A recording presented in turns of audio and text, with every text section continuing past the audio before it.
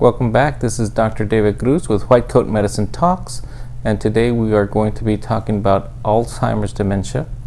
We've already talked about Alzheimer's dementia before, as well as other dementias, but today I want to focus just on Alzheimer's dementia. We know how much dementia can affect the family, and so these videos are not only for the patient but the family as well, because I want everybody to get well informed, because the patient goes through this, but so does the family. So let's talk a little bit about Alzheimer's dementia here.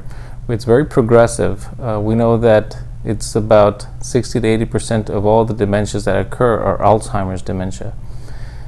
And we know, as we talked before, about amyloid plaques, but we didn't talk so much about the tau tangles that also form when they view the brains of the people with dementias with Alzheimer's type. What these do is they cause nerve cells to die, and as nerve cells die, you lose memory, you lose your thinking ability, and your behavior changes, and ultimately leads to death. We know there are risk factors for this, age being the greatest of that. When you get to 65 and older, your risk doubles every 5 years of you developing Alzheimer's dementia. That's a big risk. Of course, there is family history, so if you have a family relative with dementia of Alzheimer's type, you are more likely to develop Alzheimer's dementia as well. And genetics also plays a role, but it's more rare, and when it does play a role, those patients end up getting Alzheimer's dementia in their 40s or 50s. There are stages of Alzheimer's type dementia. It goes from early to middle to late. Now, early stages are going to be little things that are changing, word finding. They forget the names of new people that they just met. Maybe they forget what they just read. They might have trouble organizing things. They may have difficulty with simple tasks that they used to do very simply, and now they're having difficulty with those. Those are all signs that dementia is starting. Now, in the middle stage, they might get more confused with the dates and the day. They might need more help choosing the proper clothing, say for winter or for spring. They may also have urinary incontinence. They may have trouble sleeping, or their cycle changes as well. They may start forgetting things of their personal history at this time as well. So these are all changes that you'll be seeing in a middle stage of dementia. Now, when you get to the late stage, we're talking more about losing memories of more recent experiences as well. They might lose the ability to walk, to sit, and eventually to swallow, and all of those will lead to them getting worse.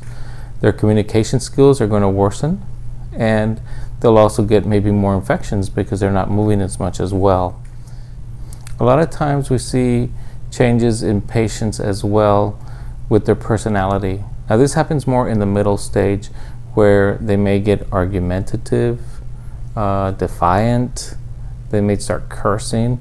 They may change completely and are very different to the person that you knew, and now they're acting very differently. That does happen, and that stresses the family a whole bunch. So be prepared for changes like this. There will be times that maybe they bring up old relatives, or maybe they want to visit a relative that has already passed away. Sometimes it's better not to tell them that they have passed away, and just maybe agree with them and say, yeah, I would like to visit them as well, and make it more comforting for them, because if we make it more argumentative, then it's going to get worse and worse and worse as far as the arguments with them and yourself. It's very important to keep an environment that is safe for the patient. Make sure they can't trip or fall. Make sure that they're very comfortable as far as room temperature. Make sure that if they're already getting their later stages, that they're not going to develop ulcers. To make sure that they're moving, turning them if you need to. But also, you want to make sure that you don't get into arguments or get depressed over dealing with the family member that has dementia. We know that it's progressive, and because it is progressive, I think that it's very important to know the treatments that we have. Now, we know the treatments are not curative. They may prolong life and keep the symptoms from getting worse faster, but eventually they do worsen. I need to stress at this point that research is the only way that we're going to advance to get people better. And there is research going on now. Now, if you log on to alz.org/trial match, there might be some research opportunities for your family member that they can partake in and see if they would help Alzheimer's dementia, and maybe they can find and help find a cure. There is also a helpline, 800-272-3900. They can help you out with any questions and possibly help you with the research trial match as well. I encourage all family members that have anybody with Alzheimer's dementia in the family to keep on looking up information on Alzheimer's dementia. Read up on it, learn the treatments, learn what to expect. Look at all the videos that we've done here and look at those as well. Some of the treatments are in the previous videos, and I explain further details in the other videos as well. Never give up hope and keep on looking for answers. This is Dr. David Cruz for Whitecoat Medicine Talks, and I will see you next time.